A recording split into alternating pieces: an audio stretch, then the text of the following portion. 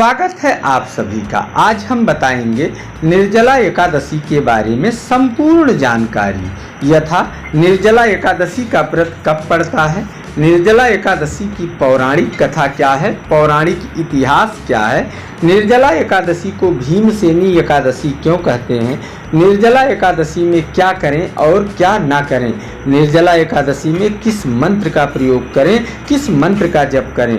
तो वीडियो महत्वपूर्ण है, इसे पूरा अवश्य देखें और अपनों को शेयर जरूर करें। हाँ, फिर भी यदि मन में कोई जिज्ञासा रह जाती है एकादशी अथवा निर्जला एकादशी को लेकर तो कमेंट बॉक्स में लिखें, समुचित उत्तर मिलेगा।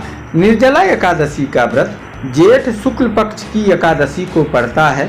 जैसा कि इस व्रत के नाम से ही स्पष्ट है कि इस व्रत में पूरे व्रत के दौरान निराजल रहना होता है यदि संभव हो, नहीं तो कम से कम व्रत के दिन सुबह से दोपहर 12 बजे तक निराजल व्रत अवश्य रखें। निर्जला एकादशी के व्रत की पौराणिक कथा इस प्रकार है।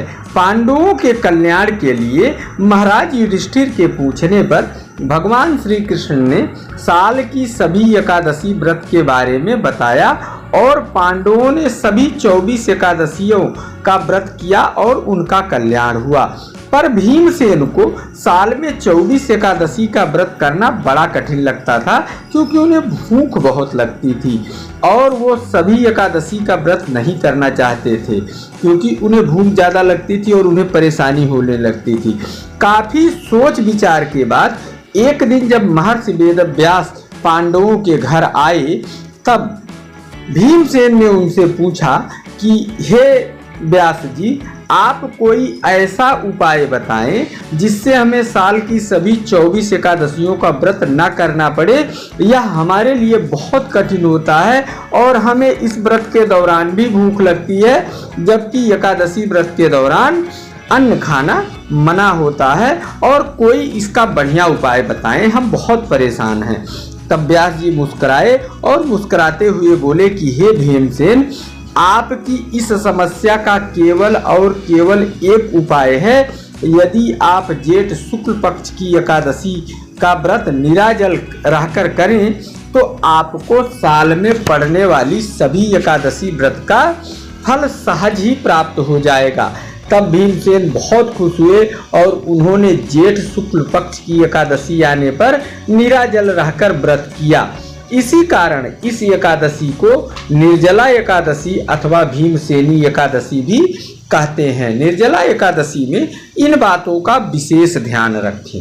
यथासंभव व्रत के दौरान निराजल व्रत रखें। संभव ना हो तो कम से कम व्रत के दिन में 12 बजे तक तो निराजल अवश्य रखें। यथासंभव निर्जला एकादशी व्रत के दौरान मौन रहें अथवा कम से कम बोलें। यथासंभव निर्जला एकादशी के दिन में बिल्कुल ना सोएं। यथासंभव निर्जला एकादशी व्रत के दौरान झूठ ना बोलें, गुस्सा ना करें और किसी से भी वाद विवाद अथवा झगड़ा ना करें। व्रत के बाद जल का पात्र, हवा करने वाला सामान और मिठाई का दान अवश्य करें। निर्जला एकादशी व्रत के दौरान ओम नमो भगवते वासुदेवाय मंत्र का जप करें, जितना अधिक हो सके। तो यह है निर्जला एकादशी व्रत की पौराणिक कथा और इतिहास। फिर मिलते हैं एक और वीडियो के साथ। तब तक बना रहे आप सभी का प्यार और दुलार। अगले वीडियो तक नमस्कार।